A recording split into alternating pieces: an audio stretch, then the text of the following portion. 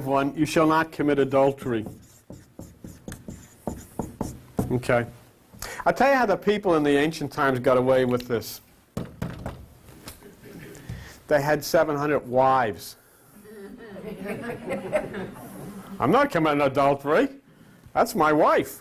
That's number 684. That's what they did. And so, because there was no rule that says, you know, you only can have one wife, it just said you should not commit adultery. So they went out and had 700. King Solomon, who never existed. Anyhow, he had 700 wives who also didn't exist because they had 700 and the number was 7, and we were going to do that at another time. But all this is mythology. Okay.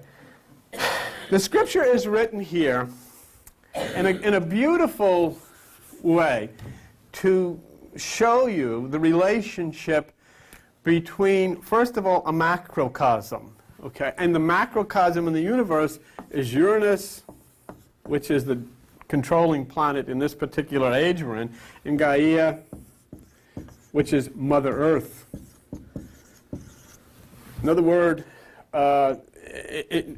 words, excuse me, we have the mother, we have the father, and we have the marriage, the bridegroom, and the bride. Now, you bring that down, just like I showed you before, from a macrocosm down to a microcosm, and you come inside of your head, and you have the mind, father, and you have the spirit, mother. So there's a part inside of you that longs to understand truth, and that part should be allowed to intercourse with the divine mind. Unfortunately, most of us, all of our lives, have intercoursed downstairs with what the Bible calls the strange woman. And with that, we set up for ourselves some extremely strange types of things that we believe in. And our belief is centered around somebody by the name of God, incapable of forgiving you unless this person, God, resorts to violence. Doesn't know how to figure out how to do this, so decides to get a little girl pregnant, comes down, has her give birth to him so he can kill himself.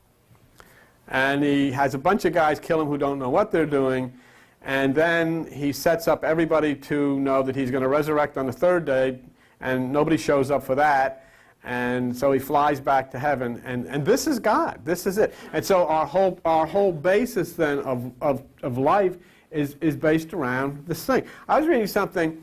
I was in a doctor's office the other day, and I'll say very little about that, because that was a trip, but I won't say anything about that. But there was an article in their Newsweek magazine, and very interesting, and it was about depression and you know, depression of the mind. And you know what they come up with that? It's genetic. Genetic. And one of the psychiatrists who was talking about this said it all starts a long time ago when a group of people decided to kill the smartest person in their group and eat him. And that started a thing called religion. And everything has gone downhill from there. And basically that's what, and it's exactly what this says. It's a human sacrifice. So we've constructed that because our intercourse of our human spirit is with that which is coming from the outside, that which is coming with the physical. Okay. Now, when we talk about, in the vernacular of how we're studying this in the Greek myth of Jesus, and please don't be offended when I say the Greek myth of Jesus. The Greek myth of Jesus means Jesus is real. So, understanding what Jesus is. But in this, Jesus takes the part of the bridegroom, also as the sun in the sky, which is as a bridegroom. We're going to know that. Now, Jesus is the bridegroom. That part inside of you, which is the feminine principle of spirit, which is in the mind in the right hemisphere, is supposed to not intercourse with the flesh below, but is supposed to intercourse with the bridegroom, who's Jesus. Now, there's a very interesting statement made on page 783 of the Bible, and Jesus makes a statement in Matthew chapter 7. Why don't you turn there? Matthew chapter 7 on page 783. And Jesus makes a statement which is revealing as to what is being discussed here. He has a bunch of people come to him and say, Lord, Lord, Lord, Lord, Lord. In the same way that, let me tell you something, folks. And I know many of you are exposed to television and Christian television, etc., etc. And many of the people there are trying very desperately, very hard to do the right thing. I'm disagreeing with the philosophy. I'm not knocking people. I'm disagreeing terribly with the philosophy because it is so patently, whatever the word is, wrong. That's hurt a lot of people. The philosophy is, if you confess Jesus as Lord and believe that God raised him from the dead, you shall be saved. And so what they do is they say, put your hand on the television and repeat these words after me and you'll be saved. No, you won't. Because they don't go to the next point, the next level of understanding that, by saying in Luke 6:46, Jesus says, why do you call me Lord and not do what I tell you to do?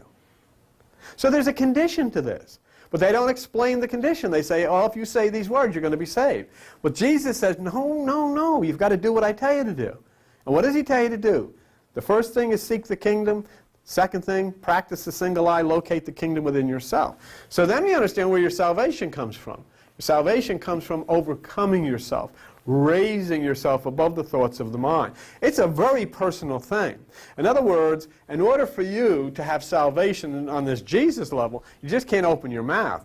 You have to get very personal. You have to enter within yourself and have an event take place in your mind, which is described as your spirit intercoursing with Jesus, the bridegroom. In other words, the right hemisphere of your brain activates, and the God part and the part of you that's in that right hemisphere comes together. This is the way it's put.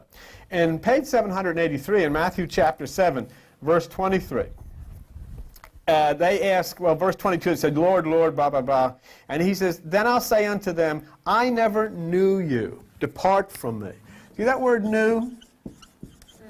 The word knew there, the Greek word, in Hebrew word, is yada.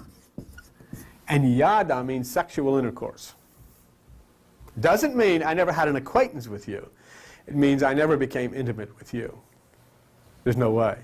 You and I aren't married. See? Now, you'll see, I'll show you where that shows up again. If you look in page 777, you're on 783, go back to page 777 and look at Matthew chapter 1. And you'll see that same word. You won't see it, but I mean, this is where the word. If you look at Matthew chapter 1, it's talking about Mary, the virgin.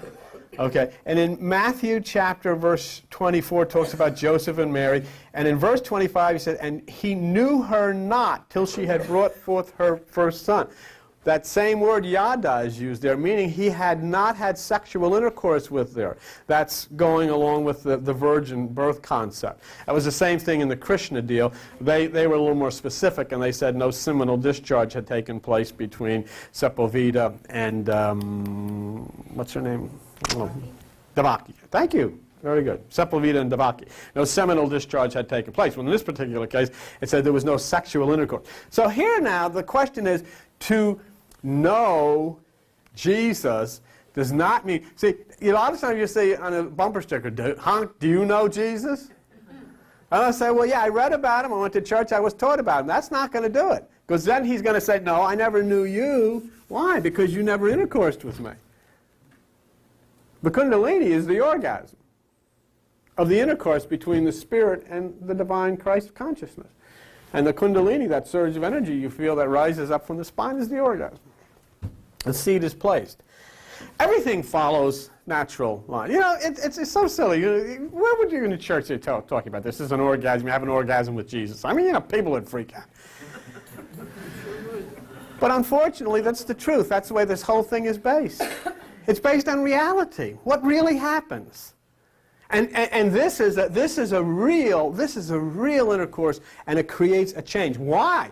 Because in this virgin consciousness, which is the right side, when the spirit and the bridegroom come together, the orgasm of Kundalini takes place. The seed is placed, and what happens? Born of a virgin is the child within. And the child, and the government shall be upon his child. We're going to be singing about this child for the next 2 months. Wonderful Counselor. It's the child within who is born of the intercourse between the Spirit and the Christ, that which is within you.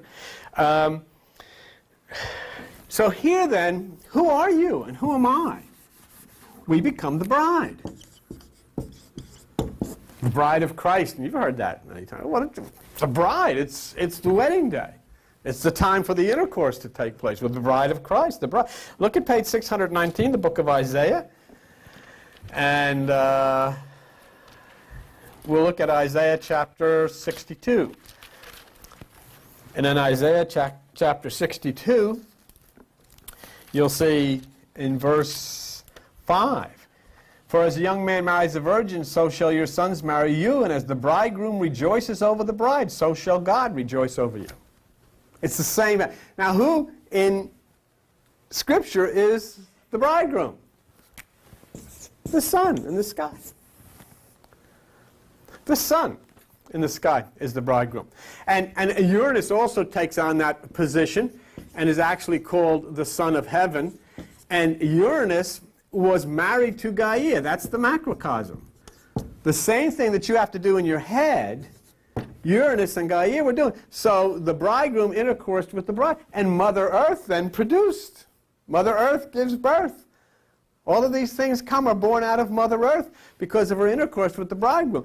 But one of the children they had was a rascal named Saturn, whom you know in the Bible as Satan. And Saturn took a sickle and castrated Uranus. In fact, Albert will tell you scientifically there's a chunk out of Uranus. That's how part of the myth was created. But the person with the sickle, Saturn has another name, and you'll see him on New Year's Eve. His name is Kronos, which is time. It's Father Time. And who is it that destroys us? Time. It's either the past or the future. We never sit in the center, in the present. So it's all part of the myth. So when Kronos castrated Uranus, Uranus had to go away. So now the bride is all by herself. Say, no more husband, no more bride. So the seeds of the father cannot come back into the bride. And what does it mean? The bride is barren. And look at the earth, with the wars and the bombs and all this stuff. Well, now Pegasus and all these things, the light beings are returning. And who is coming back to claim his bride Gaia? Uranus.